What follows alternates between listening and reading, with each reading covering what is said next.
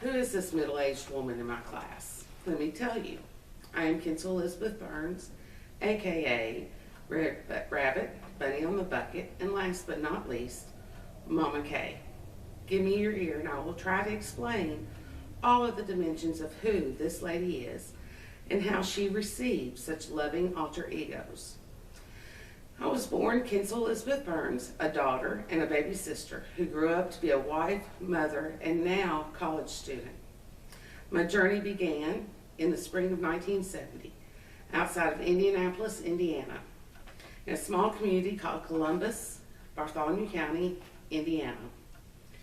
I was born under a full moon and delivered by my parents in the hallway of Bartholomew County Hospital. That night, the hospital was overrun with deliveries. The delivery room was filled to capacity, so much so they had mothers in labor on stretchers in the hallway, in the elevators coming up from the emergency room, and more out in the parking lot, actually delivering the babies themselves. I have an unusual date of birth to remember, as it is the day after tax day, April 16th, 1970. In 1971, my parents separated, and shortly after, divorced, and my mother and I moved back home to Frankfort, Kentucky. My older brother went to live with his biological mother in South Central Kentucky. We didn't have a chance to see one another again until I was 6 years old in the spring of 1976. In December of 1972, my mother was in a terrible car wreck that left her completely paralyzed on her right side and unable to walk or talk. She purposed in her heart not to only walk, but to talk and to find a way in her situation to rear me. It was a struggle, but she was able to meet my needs and most of my wants while teaching me strong, conservative values of hard work, thriftiness, and honesty. From my earliest memories of my mother, she was and has been paralyzed on her right side. But don't let that paralysis fool you. She is tough, tried, and true. The one thing she taught me as a child was honesty was always the best policy. And to thine own self be true. At the age of 17, I married my son's father and gave birth to him 11 months later.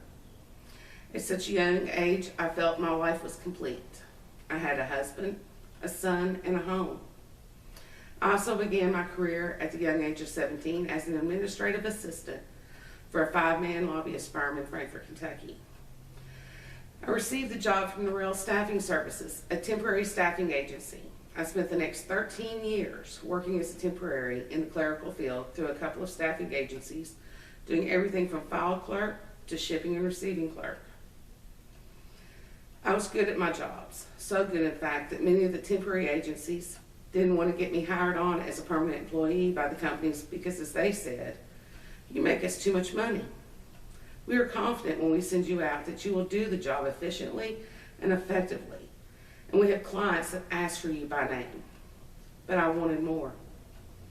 I got burned out in the politics of the office. I needed more. It was then that I asked a commercial residential painter friend of mine to take me under his wings, train me in painting. I found my niche in life. I was a painter, an apprentice painter. I completely enjoyed my work, and it gave me instant gratification. I could look at a job and know instantly it was a job well done. I became a foreman for Anderson Painting, and in the slow season worked at part-time in the retail industry. During this time, I'd also become a single parent, having divorced my son's father. Painting gave me the flexibility to be there for my son and make good money. As a painter is when my alter ego of Red Rabbit and Bunny on the Bucket appeared. I learned early on in my career as a painter that a 5-gallon bucket has many uses. Most of all, it was just the right amount of extra height I needed to paint most door casings and window casings. And much easier to carry around with me than a ladder. Also, when you're out on a job and there isn't a porta-john or a restroom around, well, let's just say a 5-gallon bucket comes in handy as well. An all-male crew tends to be a handful in situations such as these, however, and nicknames tend to stick. Hence, the Red Rabbit and Bunny on the Bucket. was even more ingrained as my alter ego like never before.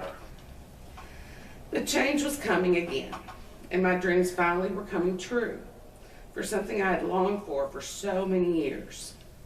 On July 1st, 2010, I found out that I was expecting my second child. But this wasn't going to work with my career as a painter.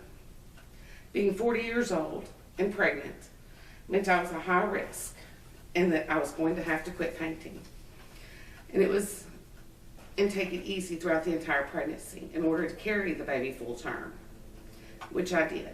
My daughter was born on Valentine's Day, 2011. She was a joy and a blessed addition to my life. My health took a turn for the worse after her birth, and now I no longer can go back to manual labor, and I had to do something else. I had to retrain myself, become something new. Now, I'm a college student.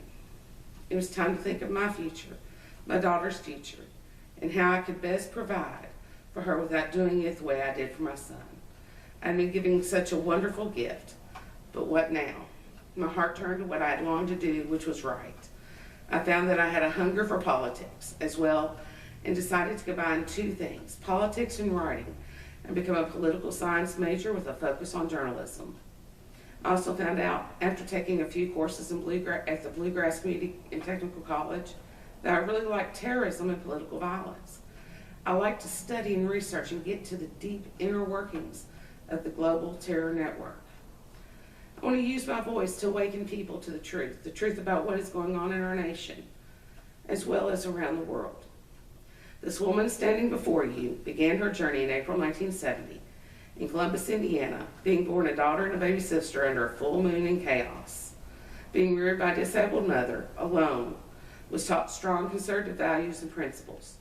Grew to adulthood to become a wife, mother, clerical extraordinaire, turned painter.